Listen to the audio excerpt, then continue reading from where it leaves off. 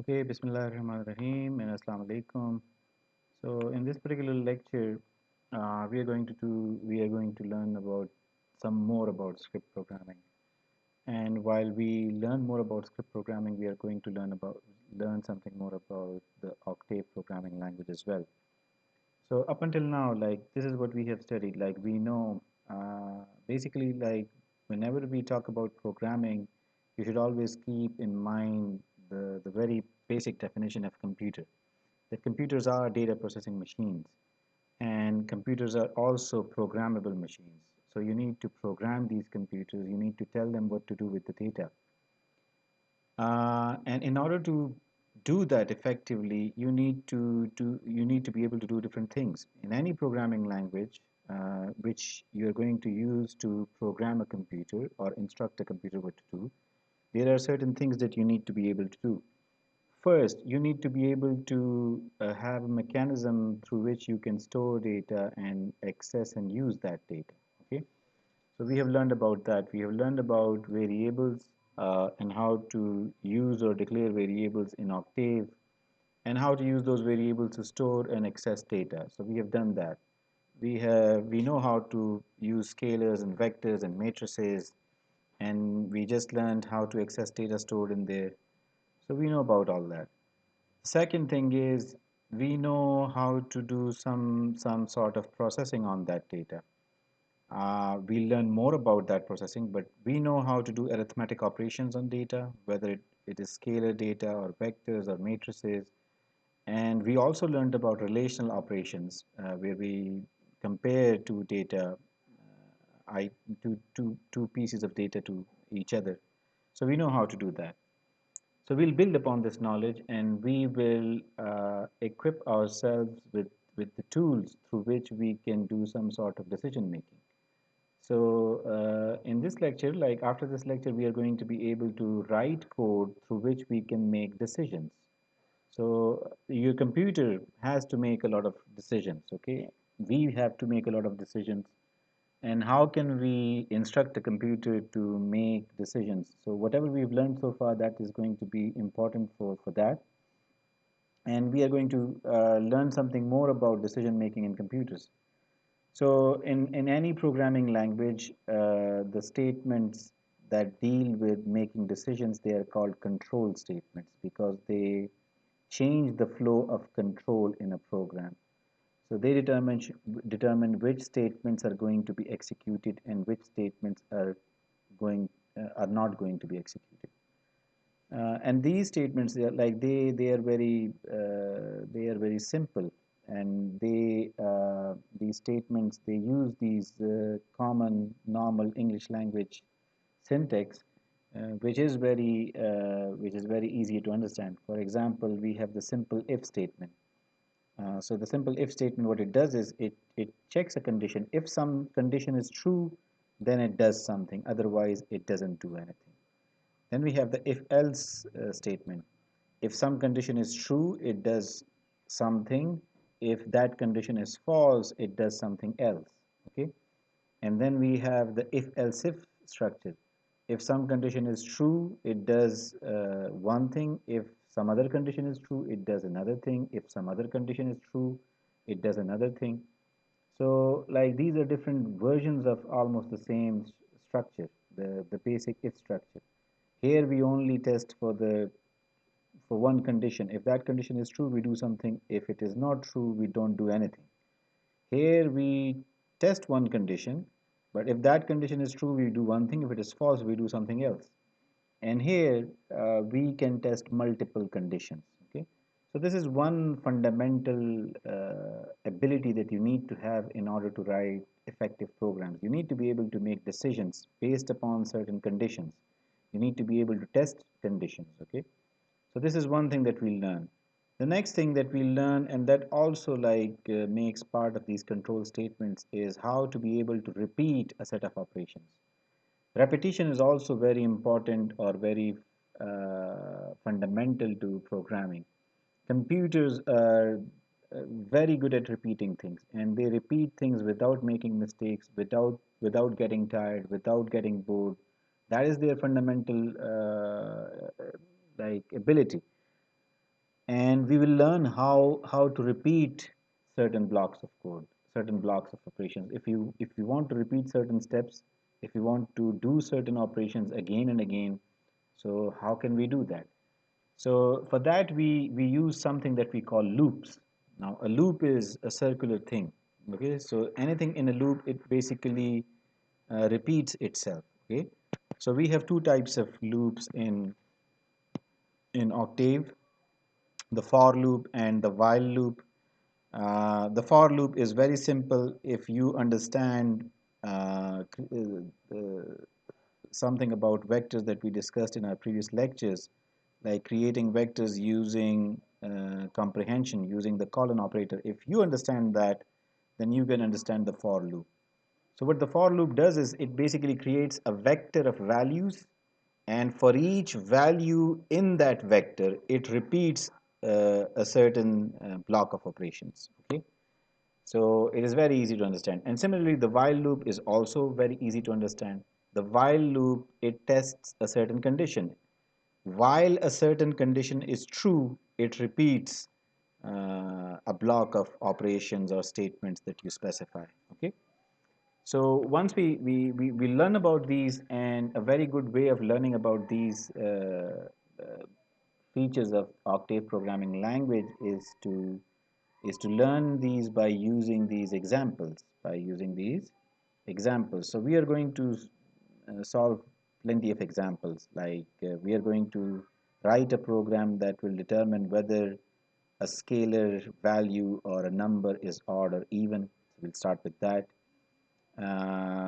We'll do it using the simple if structure, and then we'll try to do it using the if-else structure, and then we'll also try whether a number is a factor of another number or not. Okay, so these are fundamental. These are both like the same problems, but in one case you divide a number by 2, and in the other case you divide the number by another number. Okay, so we will do these things, and then we will extend these examples. We'll make them more complicated, and in that process we will introduce all these different types of control structures that we want to talk about. This is a slightly more detailed version of whatever we said here. So in this particular session, we'll learn about the simple if statement. So this is the syntax of the if statement. It starts with the keyword if. If is a keyword. A keyword in any programming language is a reserved word. Okay, so this word has a special meaning to Octave, to the Octave interpreter. You cannot use this word for any other purpose. Like we cannot have a variable by the name of if. If is a keyword. It is reserved for a specific purpose. And the purpose here is that whenever you use the keyword if, so that means Octave knows that after this if structure you are going to specify some condition. Octave will evaluate this condition, and if the condition is true, if the output of this condition is 1, logical 1 or true, sorry, 1 or true or 1, whatever it is, then you can execute, then all the statements that lie within this if keyword and this end keyword, all those statements will be executed. If this condition is false, then these statements will not be executed. That's it. So the if condition, the if statement makes the execution of these statements conditional. They're not going to be executed every time. They are only going to be executed if this condition is true. And how do you specify conditions? We specify condition using relational operators. Okay. So whenever we say condition, so basically we mean that the output of this statement would be either 1 or 0. Okay. So if the output is 1, that means the condition is true. That means these statements should be executed. Okay. In this particular case, this is the if-else structure. We test one condition. Okay, we specify some condition. If this condition is true, then these statements will be executed. The statements that follow this place. Okay, let me get a pen. So we want a pen. So if the condition is true, these statements will be executed. These statements will be executed when the condition is true. Okay. So instead of writing true, I should have put a 1 here. And these statements will be executed when the condition is false.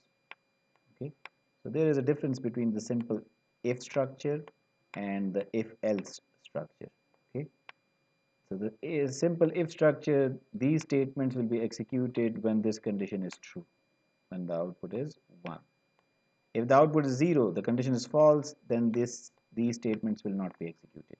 Okay, if the condition is false, then these statements will not be executed.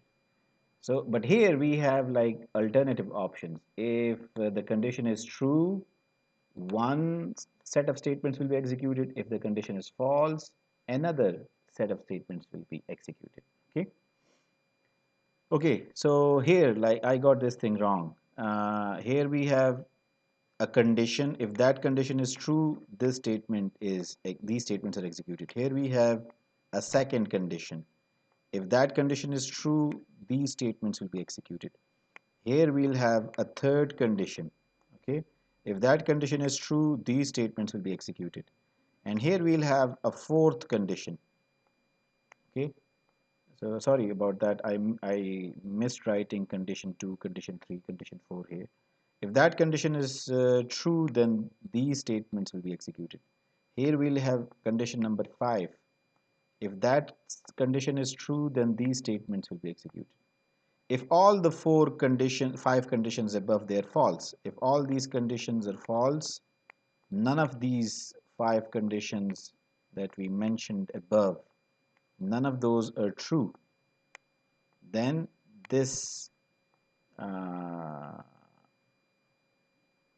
these statements will be executed. So let me write all false here. If all the statements, all the conditions above are false, then these statements will be executed, and that's it. Okay.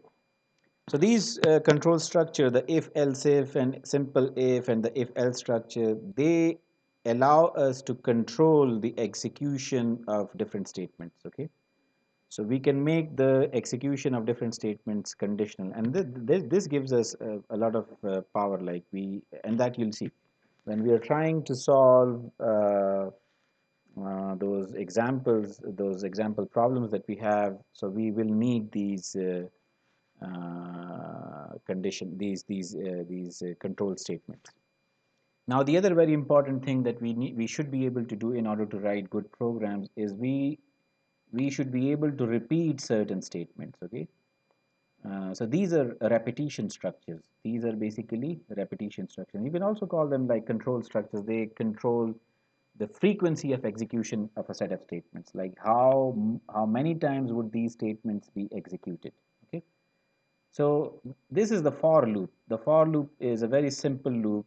All you need to do is specify a vector here using the colon notation. So you've learned about this colon notation. Okay. So what do? You specify the initial value, then the step size, then the final value. So you get a vector. For each value in that vector, now if that vector has 5 values, these statements will be executed 5 times. All these statements between the for keyword and the end keyword. For is also a keyword. Else if is also a keyword. End is also a keyword. Okay. So remember this term keyword. Keywords are reserved words. Okay. So they have a specific meaning in the Octave programming language. You cannot use keywords for any other purpose. Okay, so they have their designated purpose and they can only be used for that purpose and no other purpose. So in the for loop, what you do is you create a vector using this notation. For example, we can have this vector starting from 2 and with a step size of say step size of 2 and a stop value of say 10. Okay, so this vector will have 2, 4, 6, 8, 10, 5 values. For each of those 5 values, these statements will be executed. These statements will be executed. For each of those 5 values, these statements will be executed. So these statements are going to be executed 5 times. Whatever is between for and end, it will be executed 5 times in this particular case. Okay, so if you create a vector with say 1000 values, so it will be executed 1000 times. So for is basically, it's called a counter control loop. Usually it's called a countered control loop. You can think of this vector as different values for a counter, for a loop counter. Okay, so for the for loop is a counter control loop, and you can think of this vector as all possible values for this counter. Okay, all possible values for this counter. So how many times is this loop going to be executed? It's going to be executed according to the length of this vector. So whatever is the length of this vector, that many times this loop is going to be executed. And usually it is known to us. Okay, so it is known. So if you know how many times you need to repeat some process, so you can use the for loop. So a for loop is a counter control loop that you can use if you know that you should use if you know how many times do you need to repeat something. Okay, so we look at situations where we know how many times do we need to repeat some process, and there would be situations where we won't have any idea like how many times should we repeat some process. So in those cases, then we can use the while loop. Okay, so what does the while loop does? How does it act? So while, it's also a keyword. While this condition is true, and you will specify the condition here, while this condition is true, repeat executing these statements. So these statements will be executed repeatedly. These statements will be executed repeatedly. Okay. So I hope, like, I didn't mention something explicitly, but I hope you know how things are executed in on a computer. So the execution is always sequential. Execution is always sequential. When you write a script file, okay, so the script file is executed sequentially. What does that mean? Okay, so let us look at the script file that we created in our last lecture. Okay, so let me get out of the slideshow. Okay, we want to keep this annotation. Okay, and let us minimize this window and let us go. Now if you, last time we created this script file sine waves, whenever you execute sine waves, so you can see sine waves printed on the command window. If you want to execute the code in the script file, you can simply write sine waves and this code will be executed. Press enter and it will be executed. Okay, so this is another way of executing the code that we wrote. The first way was that you go to the editor and you simply say run, go to the run menu and you say save file and run, or press F5 key. Okay, so this code is executed. Okay, so we mentioned something like the execution of this code is sequential. What does that mean? That means first the statement at line number 1 is executed. This is one statement. This is one octave statement. It does something. It creates this variable cycles and stores the value 5 in it. Okay, so this is one statement. Then this is statement number 2. It creates another vector angles, okay, and initializes it with some values. Okay, so this is statement number 2. So first this statement is executed, then this statement is executed, then this statement is executed, then this, then this, then this, then this, then this. This execution is sequential. This execution is sequential. If there were more statements in this script file, all those statements would be executed one by one. All those statements would be executed one by one sequentially. Okay, sequentially. First statement at line number 1, then line number 2, 3, 4, 5, 6, 7, 8, 9, so forth, and so on and so forth. Okay, that is how the statements are executed. So why do we mention that? Now statements are executed sequentially, but you can like change this flow, this sequential flow of execution. Say for example, with the if condition, we can make the execution of certain statements conditional. If this condition is false, so all these statements inside the if and end, they will be skipped. These statements will not be executed. Similarly, here, if the condition is true, so these statements will be executed. If the condition is false, then these statements will be executed. So the sequential flow can be broken, or the sequential flow can be repeated. Here, for example, the execution of these statements within the for and end, this, this execution is repeated for the entire length of this vector, that is created here. Okay. Now, let us go through some examples, and hopefully then things will be clear to you. So the first example, the first problem that we are going to solve is, we'll have a scalar number, and we are going to find out whether that number is odd or even. Okay, so this is very simple thing to do. How do you find whether a number is odd or even? Let us go to the command window, and let me do a CLC and then clear workspace variables. Say we have a number, say we have 45. So how do we know 45 is odd or even? So we, like humans, we just look at the unit digit. The unit digit is odd. It is 1, 3, 5, 7, 9, then the number, no matter how big that number is, so it is odd. And if the unit digit is even, so the number, no matter how big that number is, it is even. Now the computer does not have eyes, like we can make it see things, but it's not it does not work like us. The computer does not work like us. So how would the computer know whether a number is odd or even? Now the computer can divide a number, okay? And the computer can do arithmetic. It can divide number, add number, subtract number, and do all sort of things. When you divide a number, so the computer can do these things. So we need to tell the computer to use some algorithm, some steps, so that it can find whether a number is odd or even. Now, if you know the definition of odd and even numbers, an even number can be divided by 2. Like if you divide it by 2, it would be completely divided. You will have zero remainder. And an odd number, when you divide it by 2, you will have 1 as remainder. Okay, so I guess we can use this particular property of odd and even numbers to find out whether a number is odd or even. Okay, so then the question is, when we divide a number by 2, so what do we get?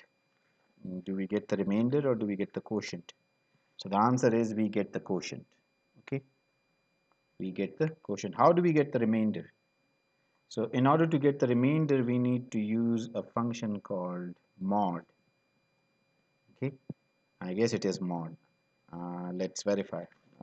So mod basically stands for modulus. Okay, sorry, modulo. Modulo gives you remainder. When you divide a number, say 4, 5, 8, 9, if you divide it by 2, it will give you the remainder. So when you divide 4, 5, 8, 9 by 2, you get 1. Like mod works for any combination. For example, we divide 4, 5, 8, 9 by 8, 9. So what is the remainder?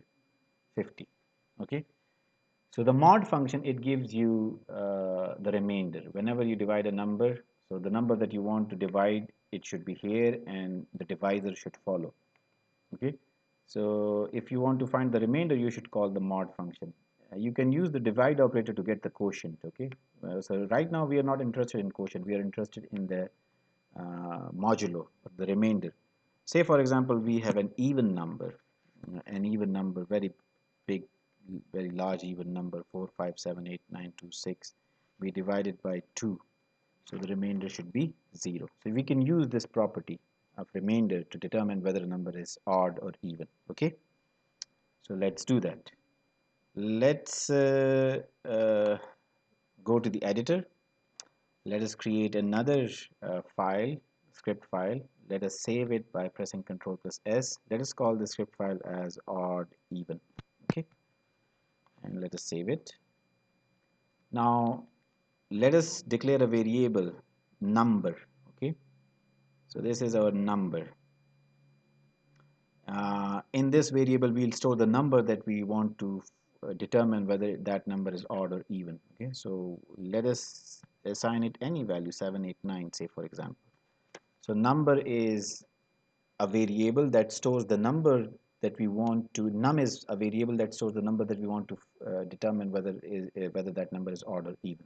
Okay, so how can we determine whether a number is odd or even? We need to find out the remainder when it is divided by 2. So let us create another variable, remainder. Let us call it just r. Okay, remainder, r for remainder. So how do we find the remainder? We find the remainder using the mod function.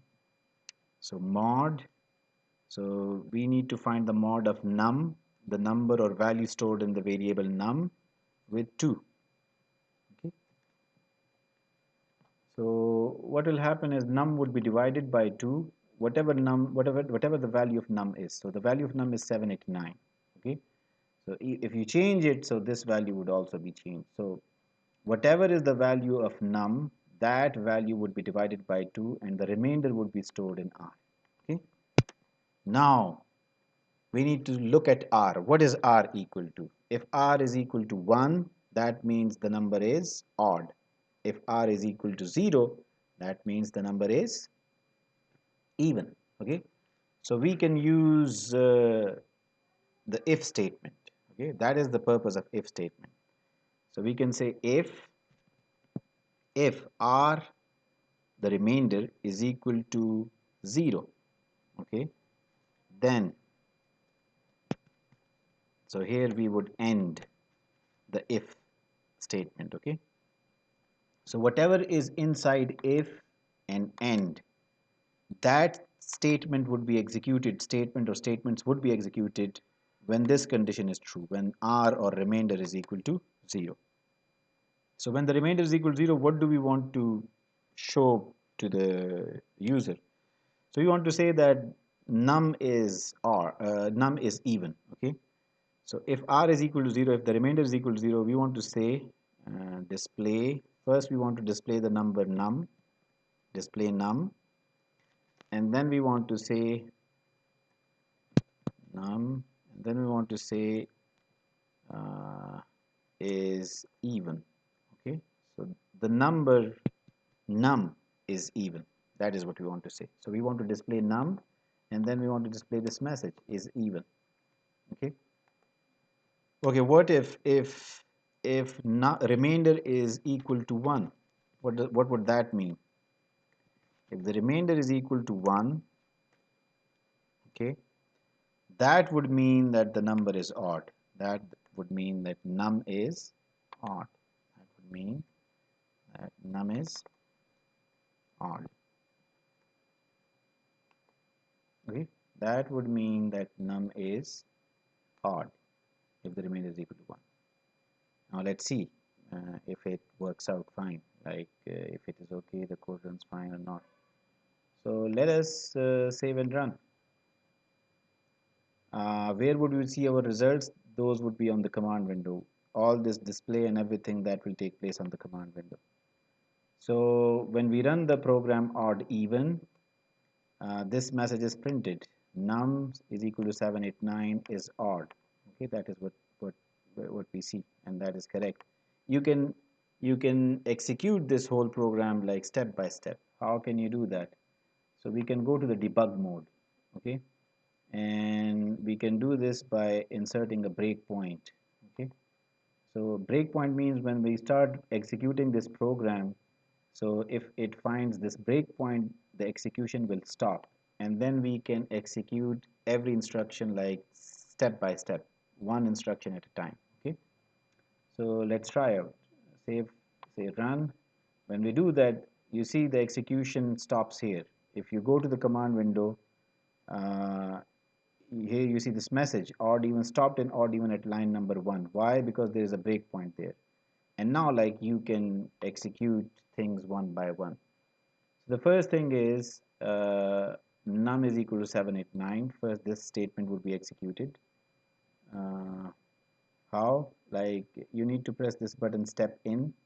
So step in would execute line by line. Okay, so when you press this button, so this statement is executed. Num is equal to 79. Okay, so right now num is equal to 79. Although these variables were declared previous time as well, created last time as well. So these values are already updated here. But if that was not the case, you would see that num would be created and it would have the value 789, and then r would be created and all that. Now the value of r is going to be calculated. R is equal to mod num comma 2. So the mod function will divide num 789 by 2 and will return the remainder. That remainder would be stored in the variable r. Okay, so let's see. Okay, so r, the value of r is 1, as we can see here. If r is equal to 0, if this condition is true, then these statements will be executed. But as we can see, this condition is not true. R is 1 and 1 is not equal to 0. So that means these two statements will not be executed. And execution will jump here to line number 7. Okay. So when this statement was executed at line number 3, the condition was false and execution jumped to line number 7. Okay. Now this statement would be tested, and if it is true, then these two statements will be executed. Okay. And we know that this is true because r is equal to 1 and 1 is equal to 1. So then execution will go to a statement at line number 8. So here we'll display first num, the value of num, and then display the message is odd.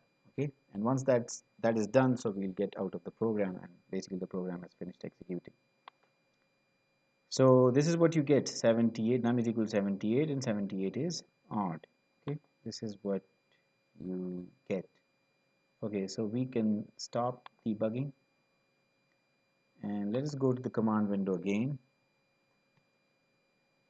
Let us clear the workspace, clear the command window, and let us change this value. Let us make it 7895066. Okay, and let us follow that process once again. Let us run. Oh, sorry.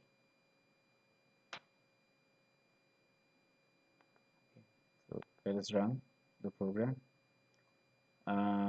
We have a breakpoint here, so the program's execution has stopped. Now it will wait for our instruction. So we can give it instruction, step into the program and execute one by one. Okay. So when I press this button, the statement at line number 1 would be executed. And you see there is no workspace variable num right now. So after I press this button, this statement would be executed and the variable num would be created and initialized with this value. Okay. So after the execution of this statement, the variable num has been created and initialized with this value. Next, the remainder would be calculated when num, this value 789506, is divided by 2, and it will be stored in the variable r. Okay, so the variable r is created and it is assigned the value that is returned by this function. This function is called, it is executed, and it gives us the value of the remainder when num, this number, is divided by 2. Okay, so we have this this variable result, and you can see that the result is 0, the remainder is 0. That means when we go to line number 3, this condition would be true. 0 is equal to 0, r is 0, so 0 is equal to 0, and then statement at line number 4 and 5 would be executed. Then we'd go to line number 7, like we'll get out of the for if structure. Then we'll test this condition. This condition would be false, and these two statements will not be executed, and we'll jump here. So let's see that. So is r equal to 0? Yes, it is. So what should we do? Display num. It is displayed. You can verify at the command window num has been displayed, and then display this message. It is even. That message has also been displayed, that it is even. Num is even. And then what else should we do? Test this condition. Is r equal to 1? Is 0 equal to 1? No, it is not. So skip these two lines, okay, because their execution is conditional to this particular statement. If this condition was true, then these two statements would have been executed. Okay, so then we are done. So let us stop debugging. one thing, you can put these two instructions here, clear all. Okay, so it will clear all the workspace variables, and then CLC, clear the command window. So it will clear the command window as well. Okay, so you can do that. Now I hope, like with this example, you know what how the if structure works. Okay, but if you look at the if structure, it is not that neat. And here you see, like, we only have these two possibilities. The remainder, if the remainder is 0, then it is not 1. Like, the remainder can either be 0 or 1. So if it is 0, then it is not 1. If it is 1, then it is not 0. Okay, so we don't need to test these two conditions. All we need is to test just one condition. If the remainder is equal to 0, then the number is even. If the remainder is not equal to 0, then the number is odd. Okay, so these are the two possibilities. So you really don't need two separate if structures. You can work with just the if else structure. Okay, so you can work with the if else structure. If a condition is true, do one thing. If it is false, if that same condition is false, do something else. So we can use this thing. So let me introduce you to something else as well. Now I will not delete this code, like I should get rid of this thing. These two statements I should get rid of, and I just need to put here the keyword else. Okay, so I just need to put here this thing, else. Okay, so now this is an if else structure. If this condition is true, execute these two statements. If this condition is false, execute these two statements. That is what it says. Okay, so let me add these as comments. Okay, so uh, comments are basically, they are non-executable statements. A comment is a statement that is not executed. Okay, and it starts with the symbol ampersand. This statement is going to be executed, this statement is executed, this is executed, this is executed, this, all these statements will be executed. But a comment, it will be ignored by your interpreter. And comments are useful, they make your code easy to understand. Okay, so we can say here, like, if remainder is equal to 0, number is even. Okay, so this is what basically happens here. And here we can say otherwise. If the remainder is not equal to 0, then number is odd. Now these are two comments. Okay, a comment starts with ampersand. So whenever you insert this symbol, sorry, it's not ampersand, the percent symbol. So the octave interpreter ignores whatever comes after it. Okay, it is treated as a comment. It does not process it, does not execute it. Okay, so in here, like, we replace the two if structures with just one if else structure. Okay, and now you'll see, like, this condition would be evaluated once. If the condition is true, this thing would, these two statements would be executed. If the condition is false, these two statements would be executed. So let us change this number. Let us make it 7895063. Okay, let us save and run. When you do that, all the workspace variables have been cleared, and the command window has also been cleared. Okay, now the first thing that is going to happen is this statement is going to be executed. The variable num would be created, and it would be initialized with that value. Then we calculate the remainder. Now we test this condition.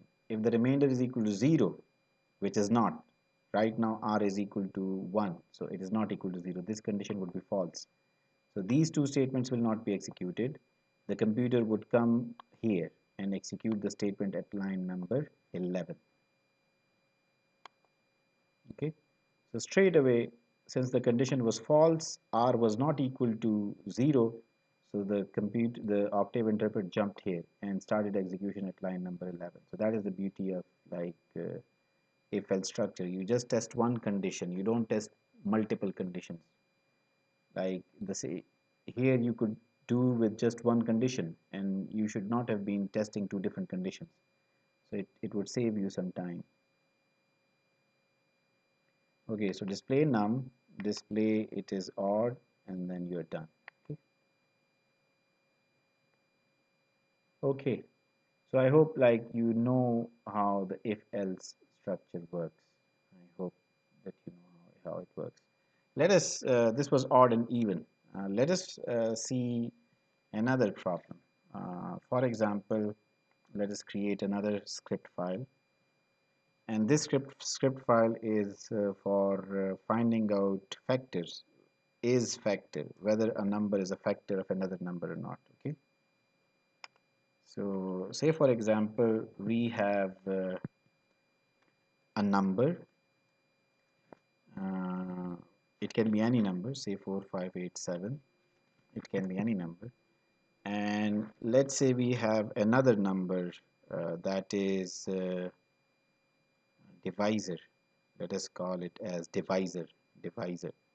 We will divide this number num by the divisor. Okay. Okay, so it can also be any number. Uh, let's say it is 17. Okay. So we want to find out whether divisor is a factor of num or not. Whether divisor is a factor of num or not. Okay. So how can we find it out? So if divisor is a factor of num, then when you divide num by divisor, you will get 0 as the remainder. Okay. So we need to find out the remainder. How would we find out? Using the modulo function. So we need to divide num by divisor. Okay. And now we need to look at the value of r. If r is equal to 0, what does that mean? That means that divisor is a factor of num. Okay. Achha. If that is not the case, else if r is not equal to 0, that means it is not a factor of num. Okay. So in the first case, we need to say display divisor. Okay. So first we need to display divisor, and then we need to display this thing. Divisor is a factor of what? Then we need to display. Now there is a much better way of displaying all this information. Sorry about me being using display all the time, but let us stick to that. That will mean you have to learn something new uh, if I start using another function. Okay, so divisor is a factor of num. So we need to print this thing. If remainder is not equal to 0, which is the second possibility, there is no other possibility. Either the remainder is equal to 0 or it is equal to 1. There are only two possibilities. Then we say it is not a factor of divisor is not a factor of num. Okay. So again, this is a similar problem. Odd even we also check. We also do the same thing. An even number has 2 as a factor, and odd numbers do not have 2 as a factor. So we exploit that property to determine whether a number is odd or even. Basically, it's the same thing. Like it is this same problem. We divide a number and look at the one number by another number and look at the remainder. So there we only find out whether 2 is a factor or not, and here this is a general sort of problem. So here we have num and we divide it by divisor, and we see whether divisor is a factor of num or not. Okay. And here again you can do a clear all to clear all workspace variables and clear the command window, and let us insert a breakpoint. Okay. So that we can see step by step what happens. Okay, so save file and run. So everything has been cleared. The command window would also be clear. And the first statement, when we press this step into button, it will be executed. The statement line number 3 would be executed. So num is created, then divisor is created. Then we find out the remainder when num is divided by divisor. So the remainder is 14. Okay. So sorry, in this case we don't have uh, uh, like just two possibilities. We have the remainder can be, there can be a lot of possibilities for the remainder. Like the divisor is 17, so the remainder can be anything from 0 to 16. Okay, so that those are the possible values for the remainder. But we are only interested in the value 0. If it is 0, then that means that the divisor is a factor of num. If it is anything else other than 0, that means it is not. So that is why, like, it doesn't matter. All those possible values of the divisor, that they don't matter much. Okay, so let's do it. So r is not equal to 0. Why? Because r is equal to 14. So that means these statements will not be executed, and execution will start from here. Okay, okay, fine.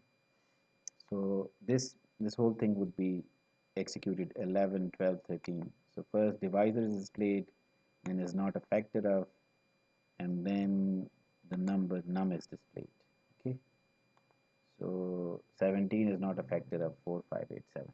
Okay, so let us try some number which is a factor of another number. So say for example, if we make it 890, 45, 8890, and then 5 would be a factor of it. Okay, let's go with an easy solution to the problem. So if we start executing it and step into this whole thing, so num 5 remainder is equal to 0 because it is divisible. Condition is true, so we display 5 is a factor of 458890 and then end. Okay, so this is what we have at the command window. 5 is a factor of this. Okay, so I hope like you understand how if and if else, how do they work.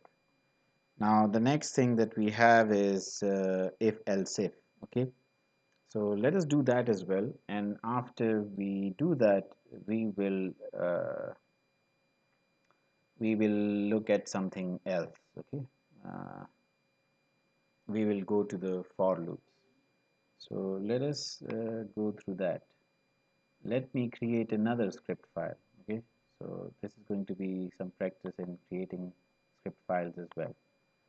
So let us create another script file, and uh,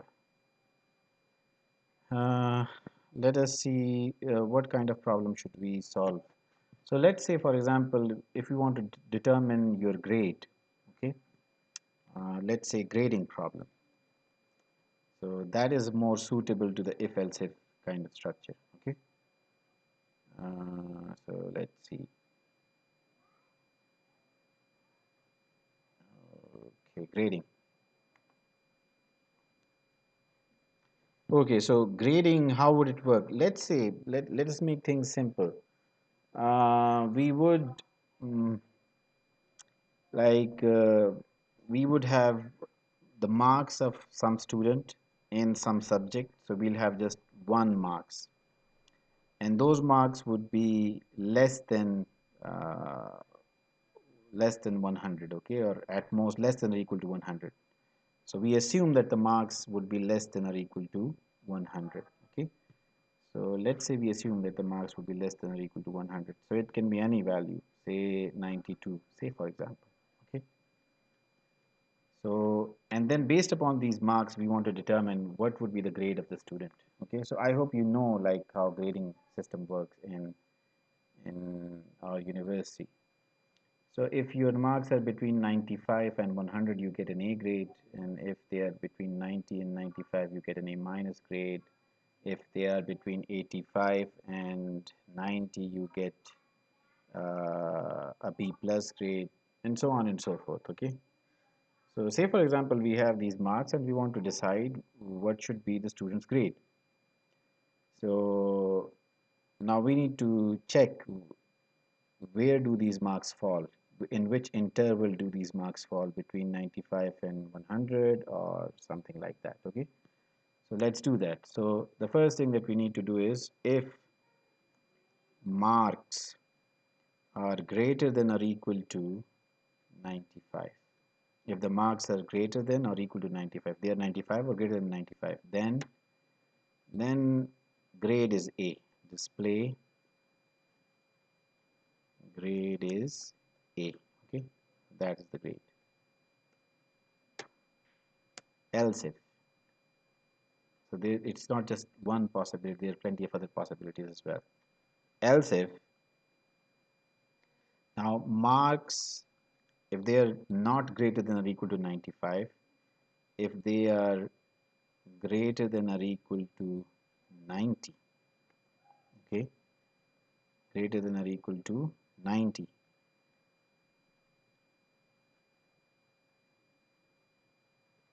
then what should we do? Display grade is A minus.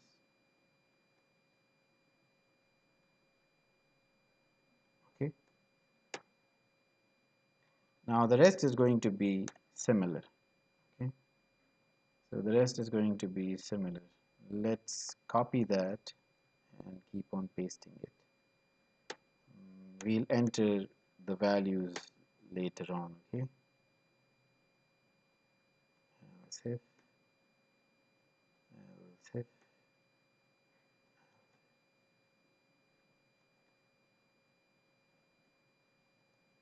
Okay, so let's see.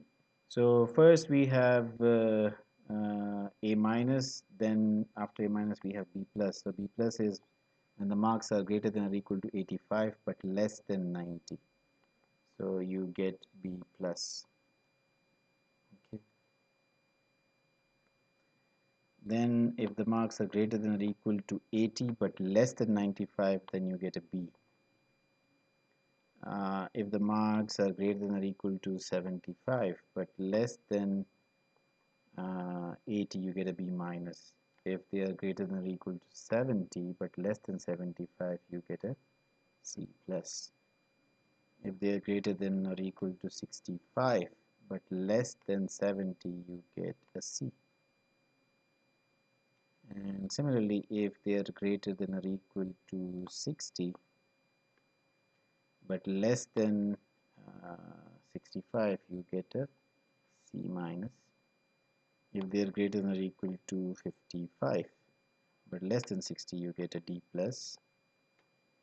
Okay, and last one is, in fact it's not a last one, if the marks are greater than or equal to 50 but less than 55, you get a D.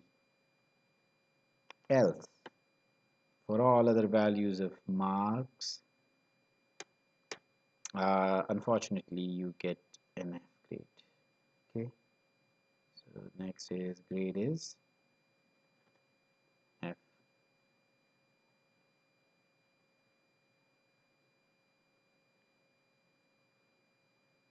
Okay,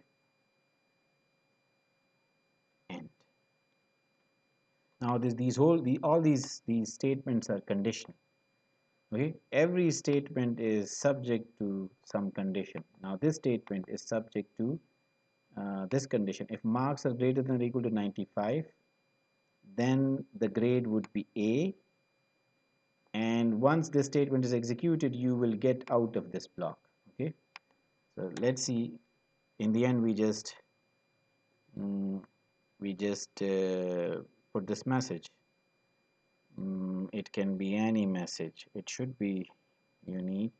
Sorry, it should be different for different type of grade, but in any case, we are done. Say we are done. We are done. Okay, so this would basically tell us that we are out of the if-elseif block. Okay, so now if you look at all these statements, they are subject to a different condition. Okay, so the first statement is subject to this condition. So if marks are greater than or equal to 95, then this statement would be executed. If they are greater than or equal to 90, then this statement would be executed. The beauty of if-elseif structure is when any condition is true, and the resulting statement is executed, then the other conditions are not tested. Okay, so you get out of the block and we can verify it. So say let us start with an A grade, for example, 95. Somebody got 95 marks. Let us insert those statements, clear all in CLC. Okay, and let me insert a breakpoint here, and then let's start. Okay, so let's step into the program. Marks is equal to 95. So marks are greater than or equal to 95. Is this condition true? Yes, this condition is true. What will happen? This statement would be executed. Grade is A would be printed. What after? Then you will get out of the if-elseif structure. You'll jump straight here to line number 28. Okay, so when you press next, you are here, line number 28, and just execute it. We are done. That is the message that you get on the command window. Grade is A, we are done. Marks 95, grade is A, we are done. Okay, that's it. Let's change the marks. For example, marks are say 74. Okay, quit debugging. Yes, quit debugging. Now let's save and run. We are here again. Let us step into the program. Marks is equal to 75. Variable has been created. Are marks equal greater than or equal to 95? No. Next condition. Are they greater than or equal to 90? No. Greater than or equal to 85? No. Greater than or equal to 80? No. Greater than or equal to 75? No. Greater than or equal to 70? Yes. This condition is true. Grade is C plus. What should we do next? Get out of here. Okay. We are done. So that is what we do next. And this is what we see at the command window. Grade is C plus, and we are done. Okay. Okay, fine. Let us give it another run. Let's say the guy has 49 marks. Very unfortunate. Okay, yes, quit. Okay. So let us run. We start here. Marks equal to 49. This condition, are they equal greater than or equal to 95? No. Greater than or equal to 90? No. 85? No. 80? No. 75? No. 70? No. 65? No. Similarly, 60? No. 55? No. 50? No. And last, when all the conditions are false, so you straight away go to the else condition. Okay, so all the conditions that we specified in the if-elseif, they were false, so then we go to the else structure, and there we just display grade as F. Okay, and then we are done. So that is what you see on the output. Grade is F, and then we are done. Okay. Okay, so I hope like this part of it is clear to you. The if, like you know what what how the if structure works and the if else structure works and the if else if structure works. The next part of this lecture we will see how these things work, the for loop and the while loop, how do they work. So the way we'll do it, we will basically modify these programs that we just created, and we will see how you can like use these things, use the for loop or the while loop to repeat this code that we have already written to do something even more useful. So we'll take a short break. I'll pause the recording here. Okay, so next thing that we want to learn about is the for loop. So here we talked about controlling the execution of certain statements or making the execution of certain statements conditional. If a certain condition is true, we want those statements to execute, and if it's not true, we don't want them to execute, or we want sub-statement to execute when the condition is true, and when it is false, we want some other statements to execute. And in the case of if-elseif, we made the condition, the execution of different statements conditional to different conditions. Okay. So now the next thing that we want to talk about is repeating the execution of certain statements. Okay. And that we can do using these two structures. One is the for loop, and the other is the while loop. The for loop, as we talked before, is a counter control loop, and it is very simple to use. If you know this notation, if you know how to create vectors using this particular notation, the colon operator, then this is very easy. So let's get back to our to Octave, and let us create. So the first thing that we'll do is we will basically modify this program, and we'll find all the factors of a number. So we'll get a number and find out all its factors. Okay, so that is what we want to do. Here we, in this program, like we we found out whether one number is a factor of another number, and say in the next version of this program we want to find out all the factors. Okay, so let us create another script file, save it as factors, and let us write the code. So we have a number, we have any number. Let that number be stored in the variable num. It can be any number. Okay, say for example, just as an example, let's say this number is 87. Let us make it a very simple number. We want to find out all the factors of 87. Now, what is a factor? We know any number that divides 87 is a factor of 87.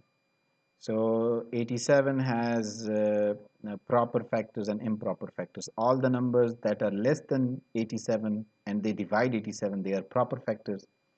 And there is one improper factor, that is 87 itself. So every number is a factor of itself, but it is the same number, so we call it as an improper factor. So say for example we want to find out all the proper factors. Okay, so how can we do it? How can we find out all the factors of a number, in this case 87? So in order to find out all the factors of the number, we need to divide this number 87 by all numbers. So we know that let us create an array, factors. Okay, and factors, say initially factors has this one variable, uh, 1. So initially we say that we only have one factor of 87, and that one factor is the number 1. So 1 is a factor of every number. Every number can be divided by 1. That is why 1 is a factor of every number. And then we need to find out the remaining factors. We need to find out the remaining factors. So how can we do that? How can we do that? So how do you do that? We need to find out the remaining factors. So how can we do that? So we start with 1. It is divisible by 1. Every number is divisible by 1. Then we check 2. Can it be divided by 2? No. So 2 is not a factor. Then we check 3. Can it be divided by 3? Yes, 3 is so it can be divided by 3. How do we verify whether it can be divided by 3? So we basically divide it by 3 and look at the remainder. So we use the mod function. Okay, so we use the mod function, and we see whether it can be divided by 3 or not, and then we divide it by 4, 5, 6, 7, 8, 9. We go on, and we go on until half of 87. Okay, so 87, half of 87 would be around, say, 43.5. So we are not going to try exactly 43.5. We are going to go up until 43. So we'll start dividing this number num by 2. We already know 1 is a factor, so we don't need to divide it by 1. So 1 is a factor, we don't need to divide it by 1, and we then start dividing it by 2, 3, 4, 5, and we'll go up until half of 87. Okay, so if any of those numbers divides uh, this number 87, so that means that number is a factor of 87, and we need to store that factor. Okay, so let's see how can we do it. So if you look at this problem, we need to divide 87 by a vector of numbers, and that vector of numbers will start from 2, and it will go on up until half of 87, or half of num. So we need to divide 87 by these numbers. Which numbers? We need to start from 2. We need to we need to have a step size of 1, and we need to go up until half of 87. 87 divided by 2. We need to go up until here. Okay, so this is what we need to do. We need to have a vector, these vectors, this vector of values, and we need to divide 87 by each one of these values. Now how can you do that? Okay, so in order to do that, we need to use the for loop. Okay, how can you use the for loop? So this is how we can use the for loop. You use the keyword for, and then you specify the vector. Okay, and then you use this keyword end. So whatever is comes between for and end, that is automatically repeated for each value of this vector.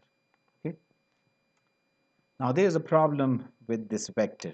If you use this vector in this particular format, then there is a problem. The vector would be created, but you won't be able to access this vector. So in order for you to access this vector, you need to use variables. Okay, otherwise you won't be able to access this vector. Okay, so how can we do that? So in order to be able to access the elements of this vector, we need to use variables.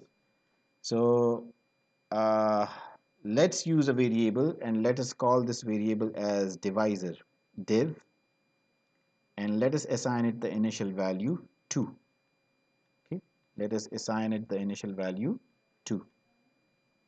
So instead of this particular vector, we are going, because this would generate a vector, no doubt about that. Okay, like we can try it in the command window. uh, Let me exit. Oh, we are still in the debug mode. Let us finish the debug mode. Okay, we are out of it. Come here back to factors. Now let us copy this thing and paste it in the command window. So this will generate a vector, no doubt about that. You start from 2 and you go up until 43. You have a vector. But the problem with this vector is you cannot access this vector. It does not have a name. It does not have a name. So what should you do? So you should use a name, or you should use a variable. So how do you do that? So we create this variable div. We assign it this initial value 2. And here we say for div, okay, for div with the initial value 2 up until 87 by 2. Okay, and the step size is 1. You can skip the step size. If the step size is going to be 1, you can choose not to specify it, but let us explicitly write it, no problem with that.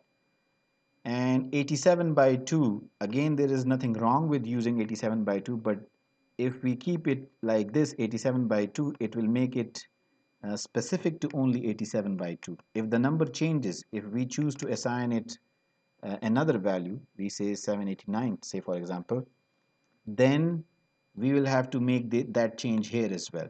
We'll need to write 789 by 2 here as well. So that's why in order to make things more general, we say num divided by 2. Okay, so div is our loop counter. It has this initial value 2. So it starts with initial value 2 and it goes up until num divided by 2.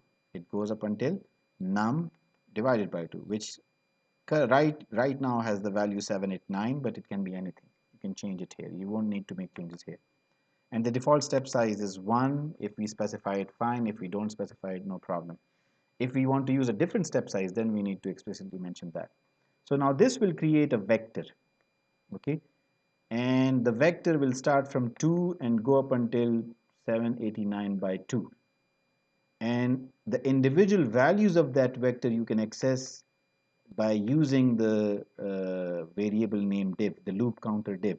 Okay, you don't need to provide any index number for that. So that is also the beauty of the for loop. You just need to use the loop counter div. Okay, so div, the initial value of div would be 2, then it would be 4, 6, sorry, 2, 3, 4, 5, 6, 7, 8, 9, so on and so forth. Okay, okay. So we have set up the for loop. This particular for loop will be executed uh, num by 2 minus 1 times, okay, because it starts from 2 and it goes up until half of num. So whatever is num, for example, the value of num is 50, say for example. So it will be executed 50 divided by 2 minus 1. So 24 times. This loop will execute 24 times. Okay. Why? Because this vector will have 24 values. So it starts from 2 and it goes up until 25. 2 to 25 with a step size of 1. 2, 3, 4, 5, 6 up until 25. If you don't believe me, so you can write it here. You can say display div. So we can have this thing and let us run this code. Before that, let us clear all the workspace variables. Here, let us clear the command window. And let us save and run. So let's see what we have here. Okay. What do we have? Display div. Invalid left hand assignment. Okay. For div is equal to 2. Okay, div is equal to,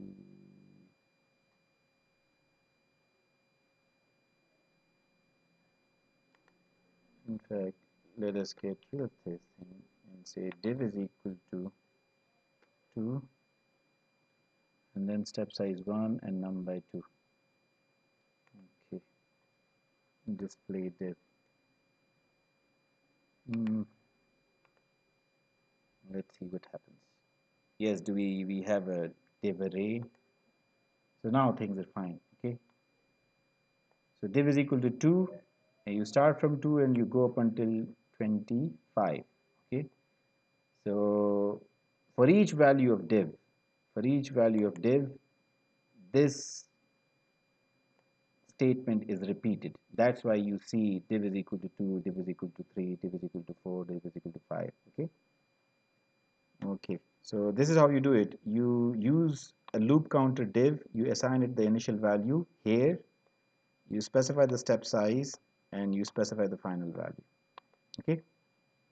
So let me undo this thing. We can comment it out. So you can always find out how many times this loop would be executed. But this is not what we want to do.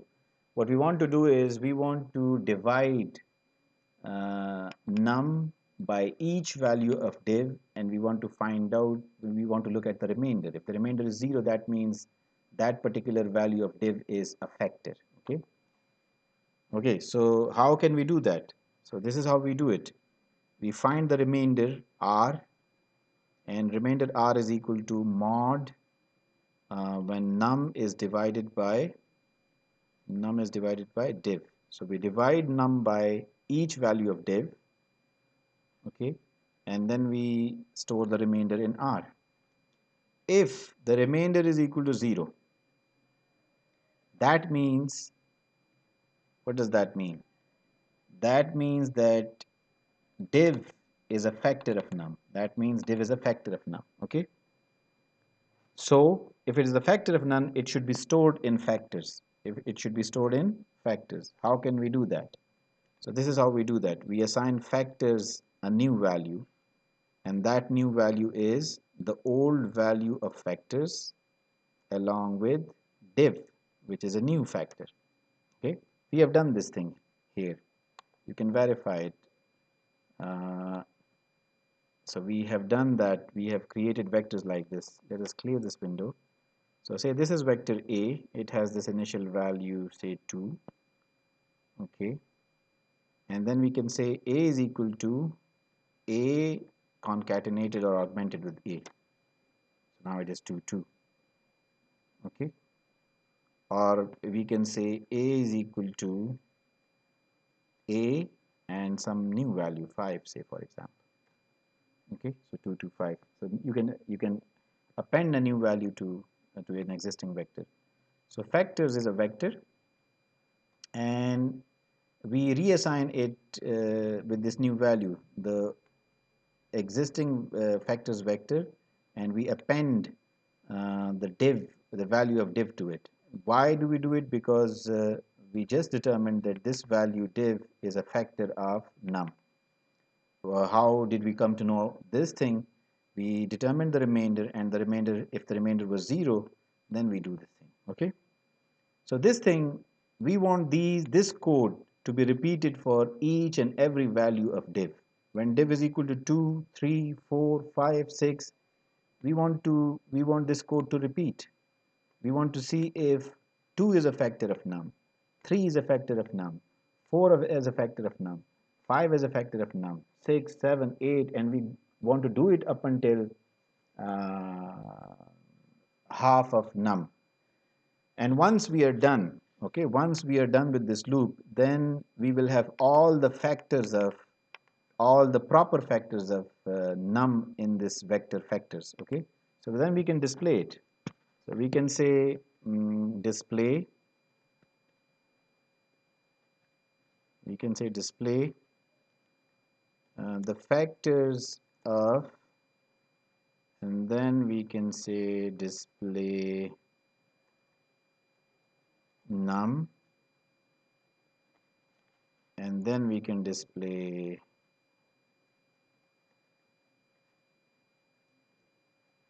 factors. So we can display the whole mm, array of factors or the whole vector of factors. Okay, so this is how we can do it. So let's give it a test run. Okay, so let us try it for say 50. We want to find out all the factors of 50. So let us give it a test run. So how many factors do we have? 1. Oh no, this is not correct. Okay, we are doing something wrong here. So what are we doing wrong here? So factors is equal to factors, and then we concatenate div with it. Okay, so initially this is what factors is.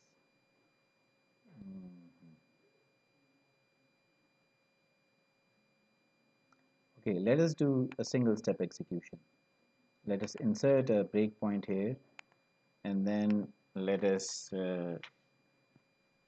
run this program. Okay, what happened here? So let us see if I can run factors.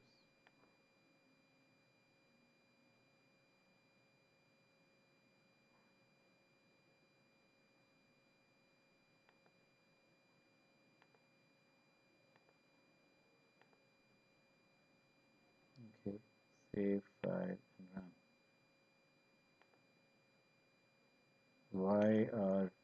Why can't we get in to the single step execution?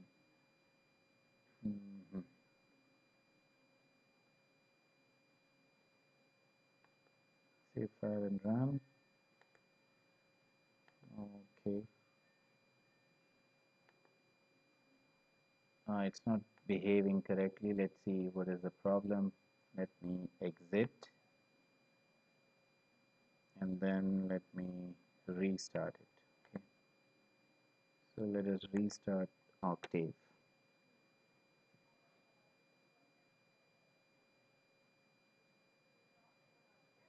Okay, let us see where is the problem. Okay, so this is how Octave looks when it starts. Let us clear the command window. Let us go to the directory where we have saved our code. So it is in scripts, it would be here. And this is the file factors. Let us open it by double clicking on it. Okay, this is what we have. Let me insert a breakpoint here, and let me save and run file. Okay, so we are here. Now num is equal to 50. We are here. Okay, so let us do single step execution. Let's go to the next step. So num has been created and its value is equal to 50. Then the factors array or vector has been created and it stores the value 1. And then for div is equal to 2 to num by 2. So div would be created, it would have the initial value 2. Then we divide num by div and we store the remainder. So remainder is equal to 0. So if r is equal to 0, that means div is a factor. Okay, so we want to update the factors vector. And how do we want to do it? So we want to append the value of div to factors. So now it works fine. See, factors So now its size is 1 by 2. 2 has been appended to it because 2 is a factor. Okay, so what should we do next? We are back here. Okay, why are we back here to 7? Like this was executed. Then after this we went back here because div has to go from 2 to 25 in this case. So the next value of div is 3. If you can look at the value of div here, 3. Now we are going to test 3 and we are going to see whether 3 is a factor or not. So 3 is not a factor. When you divide 50 by 3, r is 2, 2 is not equal to 0. So then you move on to the next value, 4. When you divide 50 by 4, you get the remainder as 2, okay, which is not equal to 0, so it is not a factor. Then 5. So 5 is a factor. You get 0 as the remainder. This condition is true. 5 will be appended to the list of factors. Okay, so now the factors are 1, 2, and 5. Then you move on to the next one. 6 is not a factor. 7 is not a factor. 8 is not a factor. 9 is not a factor. 10 is a factor. So you'll get r equal to 0 and r is equal to 0, and then 10 will also be appended to the list of factors. Now 11 is not a factor, 12 is not a factor, 13 is not a factor, 14 is not a factor, 15 is not a factor, 16, 17, 18, 19, 20, they're all not factors. The next factor is 25. Okay, so we are looking at the value of div, and when div reaches 45, so then we'll get this value. Now 45 is a factor, 25 is a factor, and when we divide 50 by 25, the remainder is 0. You can look at the value of r here, it is 0. So r is equal to 0, this condition would be true, and 25 would, as a factor, would be appended to the list of factors. Okay, so now the factors vector, if you're looking at it, it has become 1, 2, 5, 10, 25. And now this loop ends. Why? Because div has reached 25, which is half of 50. Okay, so now we are ready to print all the factors of 25. So we are displaying the factors of 50r, sorry, all the factors of 50, the 50r, and we display all the factors. So you can see that on the command window. The factors of 50 are 1, 2, 5, 10, 25. So this is how we find all the factors of 50. And you can find the factors of any number. Okay, so let's say we have this number 7, 8, 9, say for example, and we want to find out all the factors of 7, 8, 9. Okay, so we can do that. So let us do it. Run. Okay, so if you look at the command window, where is it? Okay, there is again some problem. Clear, CLC. Okay, here we have clear all and CLC, and num is equal to this, that. Okay, let us run. So sometimes like Octave can behave awkwardly. Okay, so now the factors of 7, 8, 9 are 1, 3, and 263. These are only 3 factors of 7, 8, 9. Okay. Similarly, let us look at this another value. Let us try another value, 4, 5, 7, 8, say. So it is more likely to have a lot of factors. Let us save and run. Okay. No. Clear. I don't know why is it behaving like that. It shouldn't be, but factors. Okay. So the factors of num is equal to 4, 5, 7, 8. What are the factors? It has a lot of factors. 1, 2, 3, 6, 7, 14, 21, 42, 109, 218, 327, 654, 763, 1526, 2289. These are all factors of this particular number. Okay. So I hope like you have learned something about for loops, and you would be able to use for loops for doing plenty of interesting things.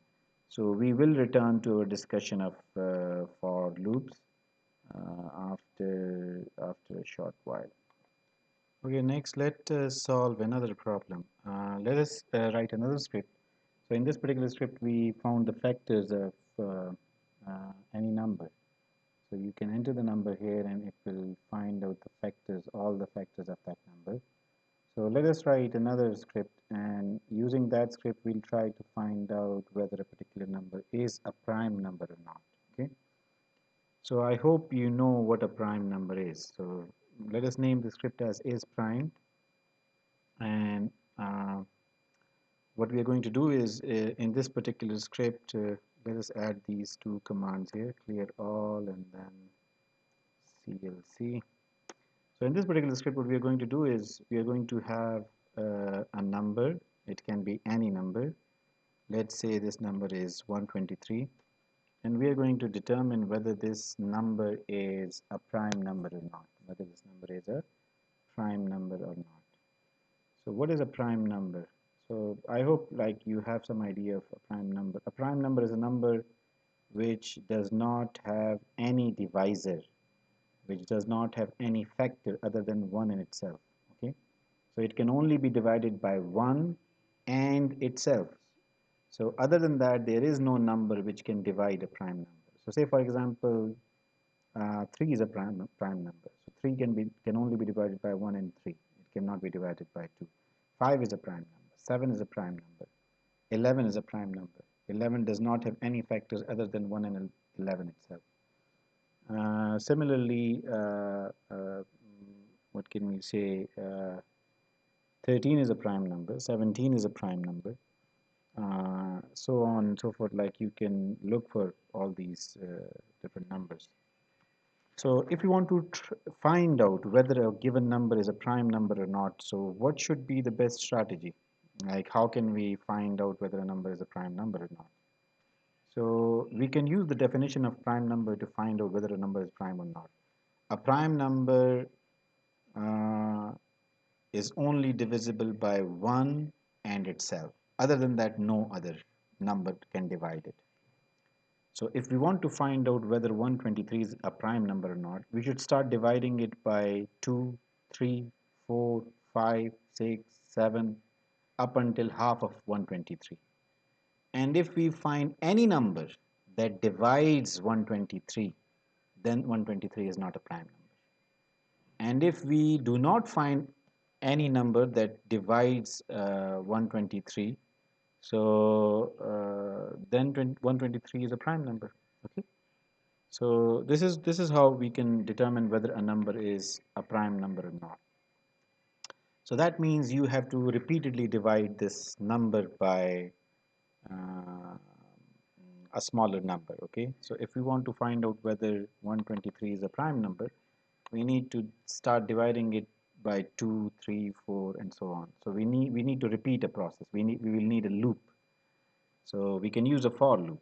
Okay, so we can say for, again, divisor is equal to 2, and divisor can go on to half of num. Okay, we do not specify the step size here. Why? Because the step size is, the default step size is 1, so we are going by the default step size.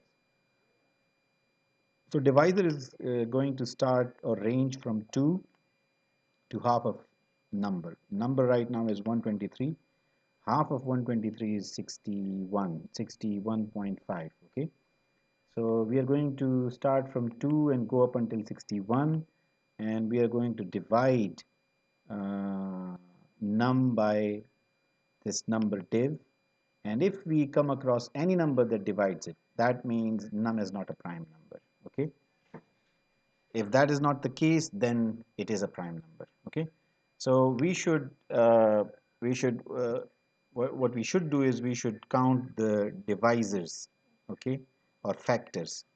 So right now the factors, we should say that factors of 123 are 0, and we should try to find out any factors of 123 between 2 and half of 123. If we find a factor, then 123 is not a prime number. If we do not find it, then it is a prime number. Okay, So let's do that. How do we find out the whether a particular number is a factor of another number or not? We find the remainder. How do we find the remainder? Using the mod function. So using the mod function, we'll divide num by div, and if div is a factor of num, then r would be equal to 0. And if r is equal to 0, that means div is a factor of num. So we will increment factors. We will increment factors. Okay, so factors initially is 0. If we find a factor of num within the range 2 to num by 2, so we increment it. Okay, so in this loop, what we do, what we are doing is we are finding or looking for factors of this number between 2 and half of that number. So if we find the factor, what does that mean? Okay, so if factors is greater than 0, what does that mean? That means that this number is not a prime number. Display num and then display that it is not a prime number, is not a prime number. Okay, else if factors is not greater than 0, okay, if it is equal to 0, then that means that the number is a prime number. That means that the number is a prime number. Okay, that means that this number is a prime number, whatever this number is. Right now this number is 123. So let's find out whether 123 is a prime number or not. Let us run our code. Okay, so 123 is not a prime number. Why? So if you look at 123, I guess it is divisible by 3. Okay, 340s are 120 and 341s are 123. So clearly 123 is not a prime number. Okay, this is fine. If we can keep track of the factors,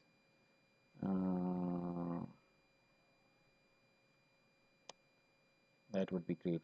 In any case, let us try another number, say 129. I guess 129 is a prime number. No, it's not. 129 is not a prime number. 129 is not a prime number. So how does it find out? Let us try a prime number, say 47. I guess 47 is a prime number. 47 is a prime number. So how do we know that it is a prime number? We can single step to this program. Let us run it. So we are here. Let us single step through this program. So num is equal to 47. Right now we have 0 factors of 47 between 2 and half of 47, which is 23.5. And then we start dividing 47 by 2, 3, 4, 5, 6, 7, 8, and 9. And we look for the factors of 47 in this range. So it is not divisible by 2, r is 1. Okay, so we divide it by 3. It is not divisible by 3. We try 4. It is not divisible by 4. We try 5. We try 6. We try 7. We try 8 and 9 and 10. We try all these numbers: 11, 12, 14, 15, 16, 17, 18, 19, 20, 21, 22, 23. And then there is no use trying a number greater than 23, because 24 times 2 would be 48. So clearly there is no need to try a number that is greater than half of 47. Now how many factors did we find? We found 0 number of factors in the range 2 to half of 47. That means that this number is a prime number. Okay, that means that this number is a prime number. So this is what is going to be displayed there. Okay, so this number is a prime number. Okay, So I hope this part is clear. Now we can have plenty of versions of this problem. Okay, what do you mean by that? Like I can ask you to print the first 10 prime numbers, or we can try to find out the prime numbers between, say, uh, 100 and 1000. We can look for all the prime numbers. Okay, so how can you do something like that? Like you can do you can look at problems like these as well. Okay, so we'll try to look at such problems in the next uh, episode, in the next lecture. Let's see what else did we have on the agenda. So we solved this problem, finding out odd and even numbers. We solved it for scalars. We looked at this. We solved this one as well, whether a number is a factor of another number or not. We solved this one, finding the factors, all the factors of a number. We solved this one, prime numbers. Let us solve the factorial problem and then the perfect numbers. We'll look at that as well. Let us do that quickly. So let us first solve the factorial problem. So we want to write a script that finds the factorial. Find factorial, okay, of a number. So how do we find that? So let us do the clear all and CLC so that command window is clear. The workspace is also clear. So we have a number n, okay, it can be any number, say it is 5, and we want to find out the factorial of n factorial. Let us call it n fact, okay, and I am initializing it with the value of 1, okay. So what is the factorial of 5? It is 5 multiplied by 4 multiplied by 3 multiplied by 2 multiplied by 1, okay. So if we want to find out the factorial of 5, we need to multiply it uh, with 4, 3, 2, 1. In general, if you want to find out the factorial of n, like uh, factorial of n, this is its symbol, it is equal to n multiplied by, let us show multiplication by a dot, multiplied by n minus 1 multiplied by n minus 2 multiplied by uh, n minus 3, and this process is going to go on until we reach 3, 2, 1. Okay, so this is how we are going to find n factorial. This is how we are going to find n factorial. Okay, so how can we do that? Again, we can always use the for loop.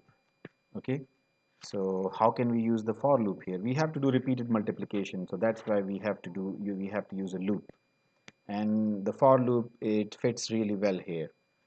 So we need to find out factorial of n. Okay, so for that we need to do something like this. We need to say um,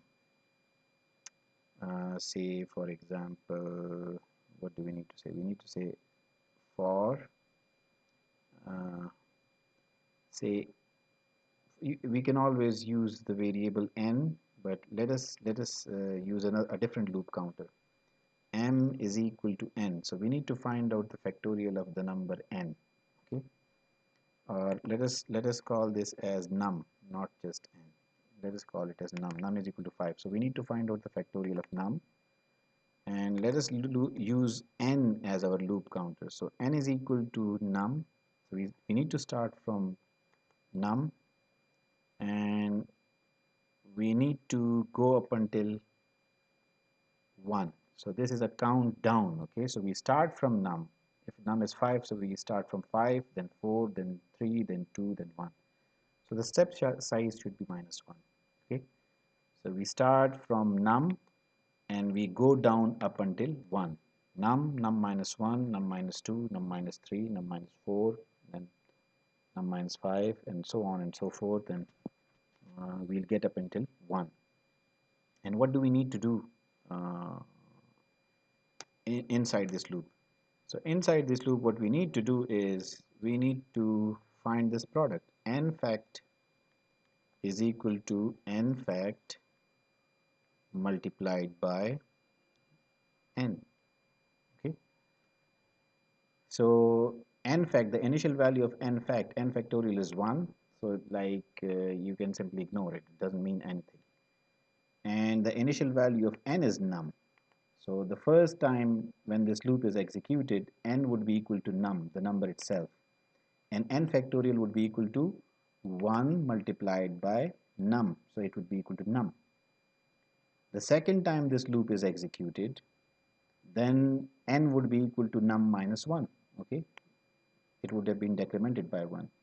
So we would n factorial would be equal to n factorial multiplied by n. So the previous value of n factorial would be num, and the new value of n is num minus 1. So n factorial would have num multiplied by num minus 1, this part of the loop.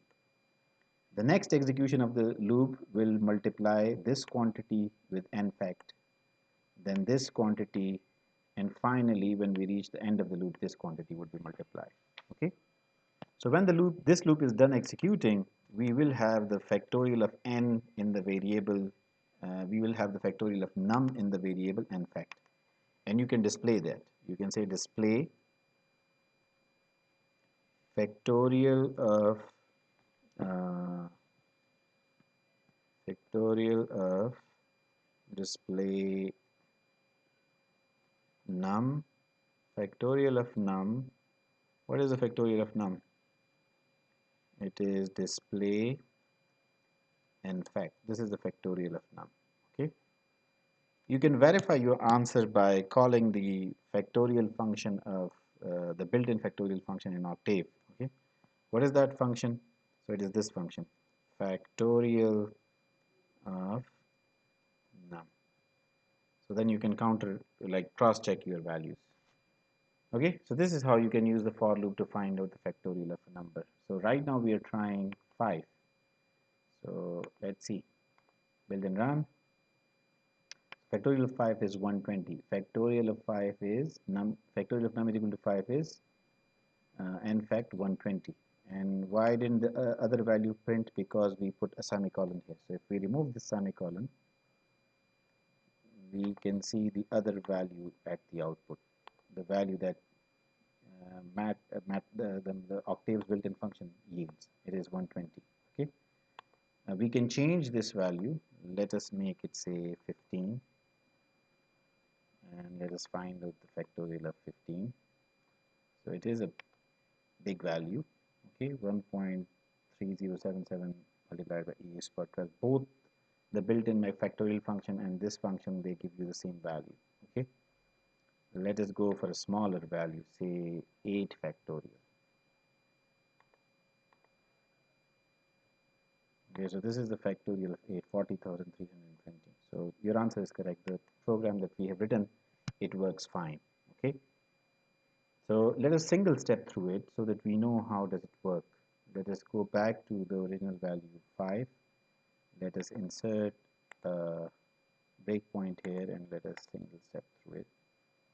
So num is equal to 5 and n fact has been initialized to 1. We have initialized it to 1 because we are going to update its value by repeated multiplication. If we initialize it to 0, so this value is going to remain 0.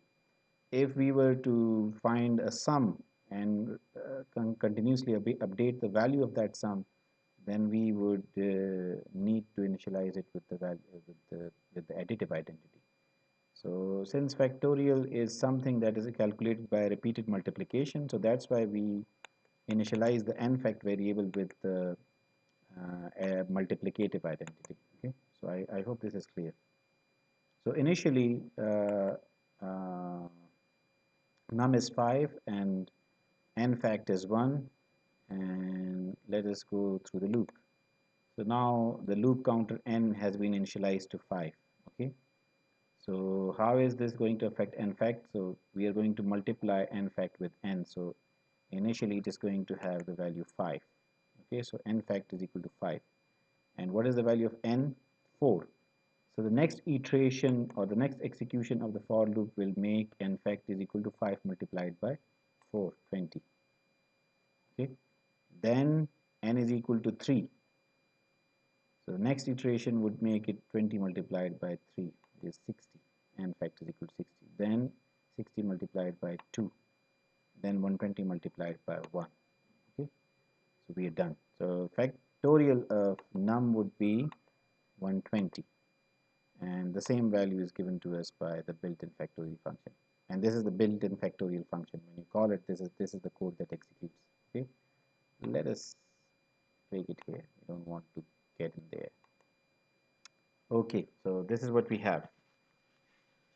So I hope this is easy for you to understand. What is next? Perfect numbers. Okay, so let us solve this problem as well.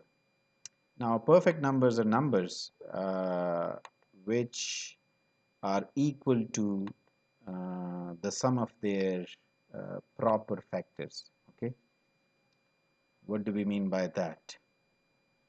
So say for example, let us look at this number 28. Okay, so let us find out the factors of 28. So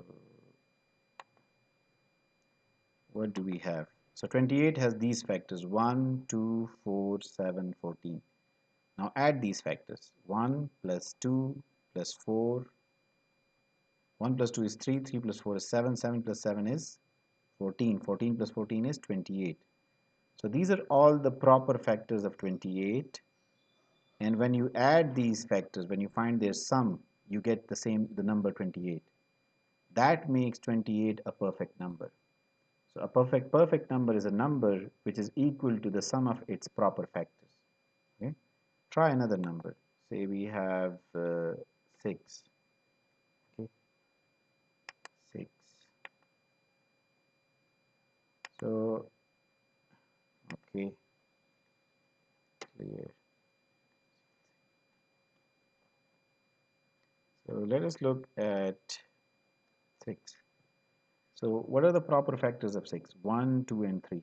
Add them together. 1 plus 2, 3, 3 plus 3, 6. So 6 is also a perfect number. Why? Because if you add the proper factors of 6, they add up to 6 itself. Okay. So this is basically how we can find out whether a number is a perfect number or not. Okay. So how do you find out? You just add the proper factors of that number. Okay. So how can we do it here? How can we do it here? So there are plenty of ways of doing it here. One way is that you have this vector factors, and you are basically finding out all the factors of a number num, and you are storing those factors in this vector factors. So if you can find the sum of all the elements of this vector, then you are good to go. So how can we find the sum of the elements of a vector? Okay, so we have this vector factors, and we want to find the sum of all the elements stored in this vector. So let's do that. So how can we do that? So for that, we need to access each element of the vector factors, and we need to add it. Okay, so let's come to the command window. Say this is the factors vector. We need to access this element, then this element, and then this element, and we need to add these together one by one. Okay, so how can we do that? So the way we do it is we create a variable sum, and we initialize it to the value 0. Okay, so we create a variable sum, and we assign it the initial value 0. Okay, then we access each element of the vector factors, and we add it to the variable sum. So factor is a vector, and if we need to, it can have multiple elements. If we need to access those elements, so we need to have a loop. Okay, so let's create that loop. So let us use a loop counter, say for index. Let us call index, loop index, or vector index, vi. Okay, so let us call it vector index, vi. So the vector index always starts from 1. If you want to access the first element of a vector, so its index is 1. And what is the last, what is in the index of the last element of a vector? So it is, you can get it by the length function. So we can get the length of the factors vector, and that will be the index of the last element in that vector. Okay, let us verify it. So this is factors is a vector. Okay, so if we want to access the first element of this vector, this is how we can access it, factors and within parenthesis 1, so you'll get the first element. If you want to access the last element, so you can access it like this, factors, and the index should be length of factors.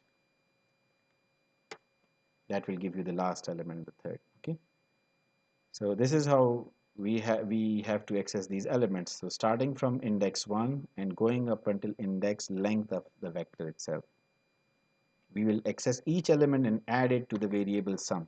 The variable sum has an initial value of 0. Okay, so this is what we do it. We initiate the vector index with the value 1. Its final value is length of the factors vector, and the increment size is the default increment size, which is 1. So what are we going to do? We are going to access the elements in the vector factors using this index and add it to the variable sum. So the old value of sum would be added to the vith element of the factors vector, and it will be then added to the old value of sum, and that will be assigned as the new value of sum. Okay, so this is how we can add up all the elements of vector factors, the factors vector. Okay, how do we do it? We start with the first element of this vector. This is the index, so it starts from 1 and it goes up until the length of this vector, and then we use this index to access all the elements in the factors vector, and by accessing after accessing each element, we add it to the variable sum, which has the initial value 0. So we can verify it. For example, let us verify it with in the case of 28.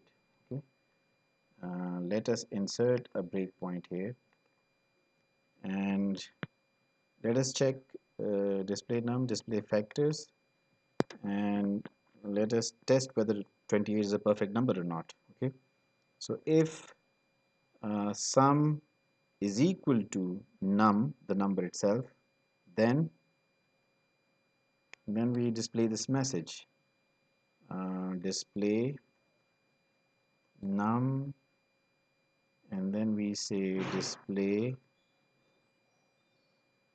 is a perfect number. Num is a perfect number. Okay, if that is not the case, else, if that is not the case, sorry, then we say that num is not a perfect number. Num is not a perfect number, is not a perfect number. Okay, so this is how we do it, and let us do it. Let us run this file. Okay, it does not run. There is some problem. Let us clear the workspace and clear the window, and now let us run factors. So now we have entered the debug mode. So num is equal to 28, factors 1, sum is equal to 0. Okay, now we start dividing 28 by 2, 3, 4, so on and so forth. So we find out that 2 is a factor. Okay, so we add it to the factors vector. Then we find out that 3 is not a factor, 4 is a factor, so we add it to the factors vector. 5 is not, 6 is not, 7 is a factor, so we add it to the factors vector. 8 is not, 9 is not, 10, 11, 12, 13, 14 is a factor, so we add it to the factors vector. Okay, and then we are done. Now we have found all the factors. Let us add them. So how do we add the factors? We need to access each element in the factors vector. How do we access elements in a vector? We need to use the index of those elements. The index starts from 1 and it goes up until the length of the vector. So we have this variable vector index. We give it the initial value 1. We specify the final value length of the vector itself, and the default we use the default increment size. So sum, the variable that we have, its initial value is 0, and let us find the sum. So we access the first element. The first element is 1. We add it to sum, so it becomes 1. Then we access the second element, which is 2. We add it to sum, it becomes 3. Okay, so you look at the value of sum here being updated. So next vi is equal to, I guess you cannot see vi or vector index is equal to 3. So we are going to access the third element. The third element is 4. So we are going to add it to sum. So 3 plus 4 is 7. Then we are going to access the fourth element, which is 7. So and it will add it to 7. 7 plus 7 is 14. Then we'll access the fifth or last element, which is 14. 14 plus 14 is 28. So we are done with finding the sum. The sum is 28. So first we display the factors of num. Then we check whether sum is equal to num. Yes, it is. So we display that num is a perfect number. If it were not, then we would have said that it is not a perfect number. Okay. So 28 is a perfect number. This is what perfect numbers are, and this is how you can find perfect numbers. So I hope like you can give the other problems a try. I have done most of it. You can give this problem a try. Like if you have a vector of numbers, can you check each of those numbers for odd and evenness? Okay, so I guess you can give this thing a try. This is it. I'll go through some more examples in the next lecture so that things are clearer to you. Let's stop this lecture. See you later.